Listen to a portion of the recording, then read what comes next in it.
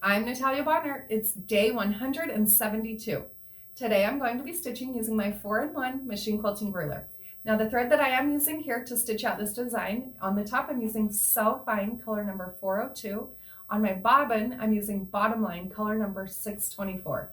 You can pick up these threads along with lots of other fun notions over on our website, peaceandquilt.com. In the meantime though, let's get stitching.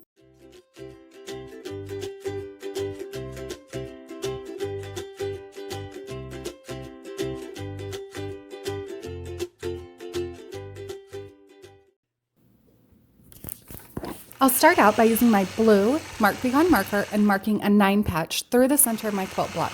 Now obviously this is a 6-inch block, so I'm just going to mark 2 lines horizontal at 2 inches and 2 lines vertical at 2 inches. From there I'm ready to begin stitching. I'll begin by stitching in the ditch all the way around the outside of the block. I love the look of stitch in the ditch, so of course I'm always going to stitch in the ditch. From there, I'm going to begin stitching at the top left marked point. I'll stitch a diagonal line from there down to the first marked point on the left side, across the straight marked line to the second marked point, and then back up to the top to complete that first flying geese block. I'll move on. Now I'm going to stitch the second of these flying geese or triangle blocks. So from the second marked line, I'll stitch straight down that to the second horizontal marked line, the bottom one. Then I'll stitch a diagonal line up to the top, back to the original starting point, and then travel back down that original line to start the third of the triangles. You'll follow the same pattern that I'm following here. You will notice that I do stitch over my previous stitch line a few times. Now obviously I'm using a high contrast thread here, so you can see where I do stitch over that. But if I were using a nice matching So Fine thread, it wouldn't stand out like it does here.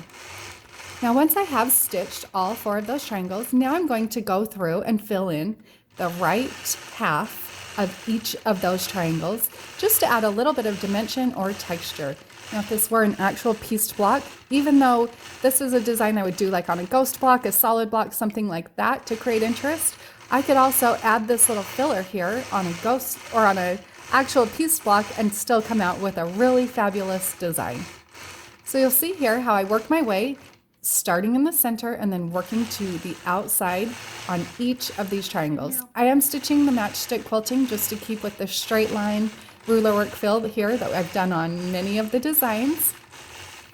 When I move down to the bottom, to the 4th triangle, you will notice that I'm going to, again, even though I said towards the right, it would be the right if it was facing up. So in this design right here, it'll actually be down on the left-hand side. So I'll continue the design by stitching on that very last triangle.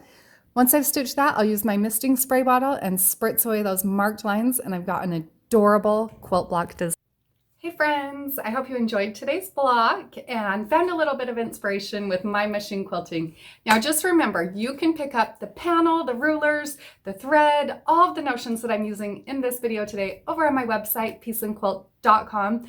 And don't forget to share your progress pictures over on Instagram using the hashtag Let's Stitch with Natalia. That's where we will be selecting winners for weekly prizes. See you all tomorrow. Thank you.